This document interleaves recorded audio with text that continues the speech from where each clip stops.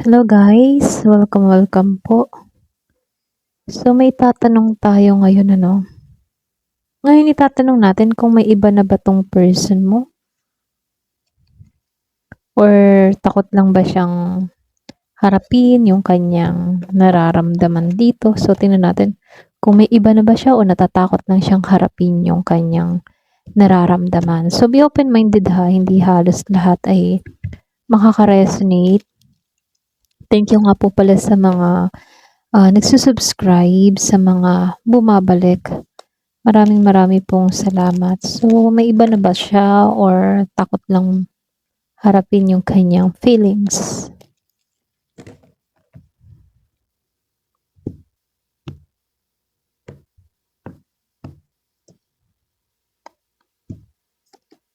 So, 8 of Moons.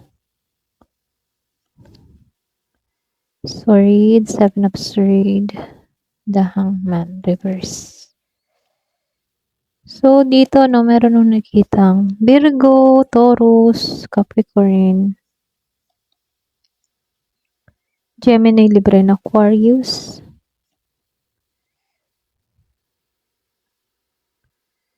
Meron din ditong Aries, Leo, Sagittarius.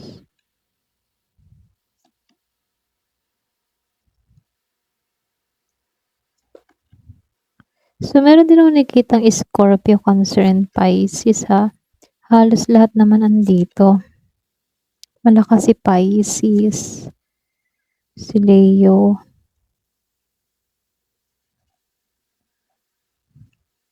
Pero ganun pa man, nagbase tayo sa energy. Okay? So, lumabas ang 4 moon.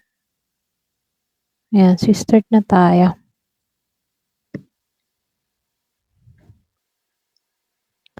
So, dito, lumabas na si 8 of Moons, 7 of Swords, and the Hangman reverse. Nakikitaan ko dito yung distansya sa inyong dalawa. Meron siyang meron pa siyang emosyon kaya lang merong lumayo eh.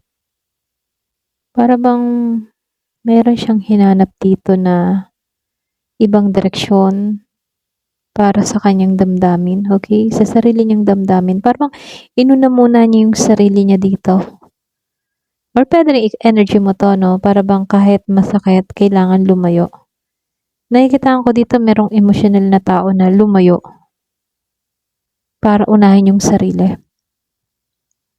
Pwede nasasaktan na dito sa 7 of Swords, kaya mas naging siyang para bang mas naging siyang logic sa sitwasyon. Kasi itong taong ito, meron siyang mga tinago eh. Hindi siya naging diretso, okay? Meron siyang mga bagay dito na pwedeng hindi niya sinabi ng buo or hindi niya sinabi yung totoo. Meron lang nakikitang naglihim, okay? So, hindi naman halos lahat makaka-resonate. Kaya lang, meron lang ditong lumalabas na mas piniling lumayo. Okay? At dahil pwedeng meron siyang dahilan kung bakit siya lumayo. Okay? Or pwede rin dahil nasasaktan na kaya kailangan lumayo. Kaya lang dito, malakas kasi yung indikasyon dito na nasaktan sa 3 of Swords ha. Pero ayaw nang maghintay dito. Para bang tumingin siya sa sitwasyon mula sa ibang perspective. Para bang pwedeng nagkaroon to ng pangunawa or pwede rin humanap siya dito ng ibang pananaw, okay, sa sitwasyon yung dalawa rito. Or pwede rin energy mo to. Para bang siya dito, mas gusto siya na lang kumilos, pero hindi naging malinaw yung direksyon niya. Para bang mas pinili na lang ng tao na to na umiba ng direksyon kasi nasasaktan na. Okay? Kasi meron ditong nadismayain, na-disappoint, nasaktan yung damdamin, nasaktan yung puso. Okay? Lumalabas din dito, yung iba kasi sa inyo, meron din ako nakikitang sama ng loob. Kaya meron ng lamig dito. Naging cold siya. Para bang hirap siya magsabi ng kanyang nararamdaman dito. Puwedeng energy mo 'to, para bang ang dami mong sama ng loob, hinanakit, kaya imbes na harapin 'tong tao na 'to, mas pinili mo na lang lumayo, okey? Kahit masakit, nag-iba ka ng direksyon, kahit hindi mo alam yung patutunguhan mo, nag-iba ka ng direksyon. So, lumalabas ano, mas pinili mong bumitaw sa nakaraan or kung sino man 'to 'no, yung bang hirap para sa kanya na ibalik muli yung koneksyon, okey? Kaya hirap para sa kanya, para bang itong tao na 'to hirap na magtiwala, may lamat na, or puwede ring ayaw niya ng bigyan pa ng pag-asa, okey? Itong koneksyon na 'to, para bang kahit magbalikan, para bang tingin ng tao na 'to na ano pang ano pang magbabago, okey? Nasaktan niya na ako, gano'n, okey? Kaya itong tao na 'to, kahit masakit yung kanyang nararamdaman, mas pinili niya na lang lumayo para sa ikabubuti niya. Para bang mas pinili niya na muna yung sarili niya, okey? Kasi masakit na, eh. Para bang ayaw niya ng manatili sa ganitong sitwasyon, yung nasasaktan. So, dito 'no, kumbaga siya, yung bang tipo dito 'no, nawalan siya ng pag-asa sa connection na 'to. Hindi niya makita yung liwanag para sa connection na 'to 'no. Hindi niya nakita yung pag-asa sa sitwasyon ninyo, okey? Puwedeng ikaw, para bang tingin mo dito parang ayaw mo na magsayang ng oras, wala din mangyayari, ganyan. Para bang, ay wala na 'tong pag-asa magbago, mga gano'n. Para bang tingin mo dito sa taong ito, eh, gano'n na talaga, okey? Kaya ikaw ano, mas pinili mo na lang umiwas sa gulo or sa tensyon. Para bang ayaw mo na makipagtalo, ganyan. Meron ditong taong gano'n, kung sino man 'to. Ayaw na makipagtalo, para bang itong tao na 'to wala din naman dahilan pa, okey, para ipaglaban yung sarili ko kung alam niyang sirang-sira na siya.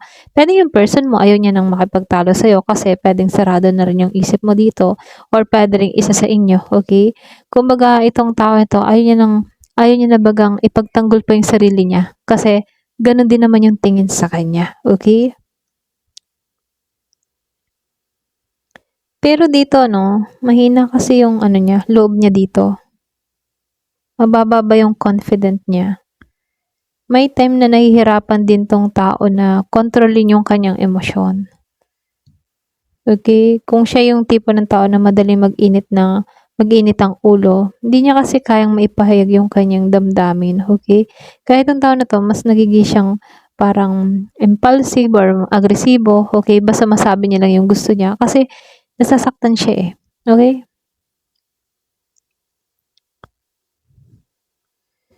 So, dito 'no, meron akong nakikitang hindi naging yung bang tipong may mga desisyong hindi maiwasan.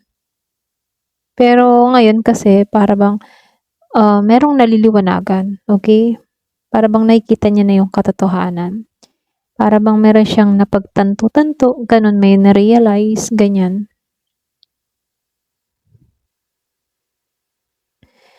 So, dito 'no, sa Five of Star Reverse, sinubukan niya dito ano na makaahon mula sa kanyang kalungkutan or sa pakaramdam ng pagkawala.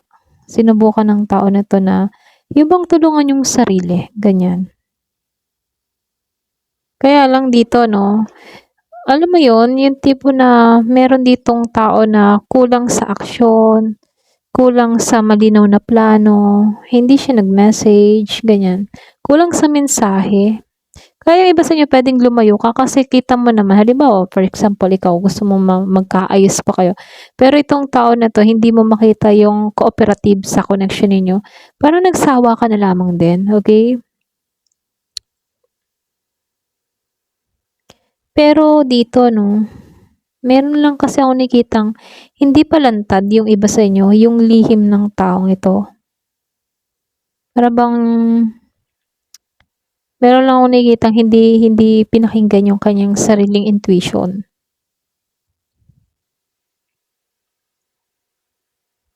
Pero ano ha, meron akong nakikitang pagpipigil ng kanyang emosyon.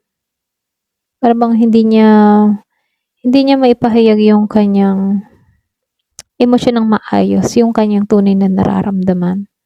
Puwedeng hindi siya magaling sa gano'n, sa isinasabi yung kanyang feelings, saloobin, gano'n. Hindi niya ma-i-share, okay, yung gusto niyang iparating.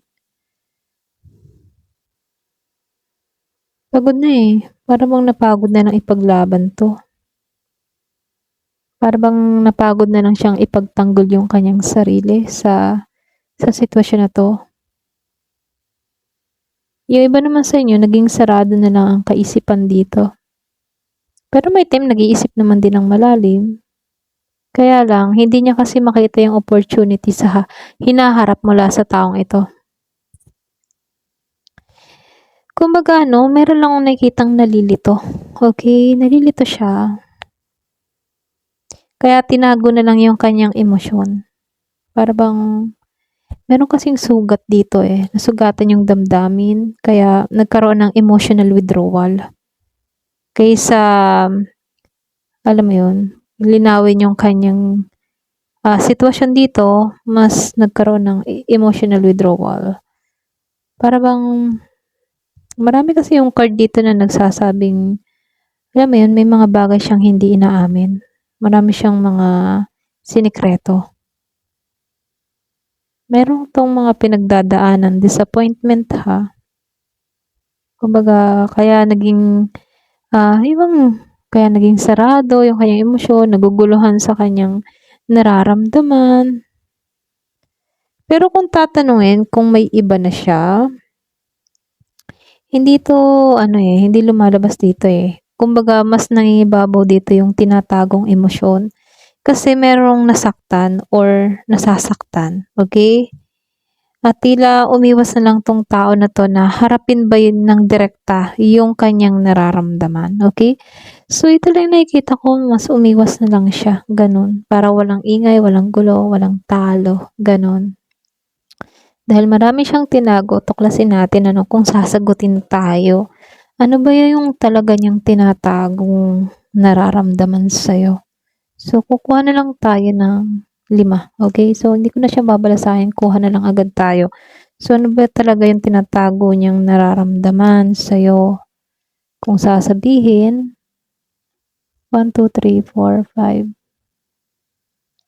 5, 6. So, tingnan natin kung ano ba yung kanyang totoong nararamdaman.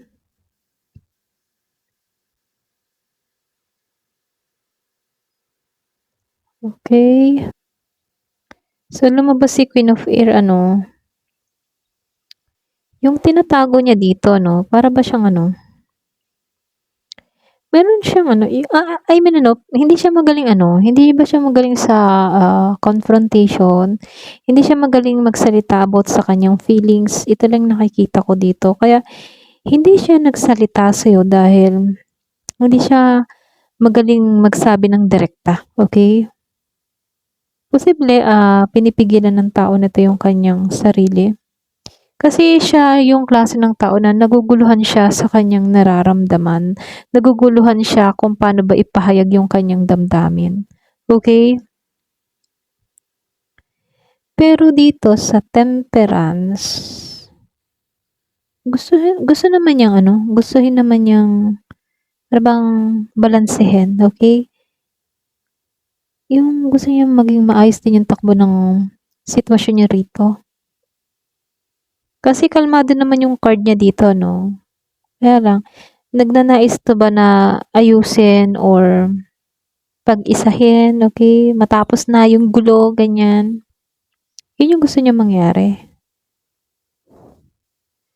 Pero dito, no, malalim yung yung nararamdaman niya ha. Pero, hindi niya ito kasi kontrolado yung emosyon niya.